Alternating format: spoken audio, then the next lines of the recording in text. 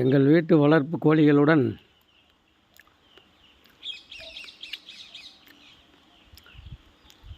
முருகப்பெருமானின் வாகனமான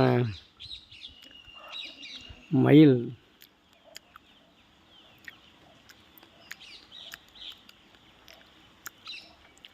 இதையொன்னும் அரிய காட்சி.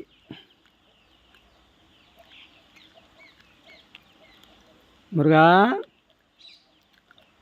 சாப்பிடு சாப்பிடு சாப்பிடு. நீ கோழி கொத்தாமல் சாப்பிட்டீங்கன்னா அவங்க உங்கள்கிட்ட ஒன்றும் பண்ண மாட்டாங்க.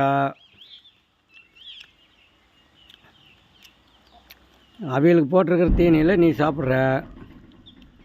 அங்கே போய் நீ இடைஞ்சல் பண்ணால் உன்னை கொத்த வருவாங்க. அப்புறம் நீ பறந்து ஓடணும். பார்த்து சாப்பிடு.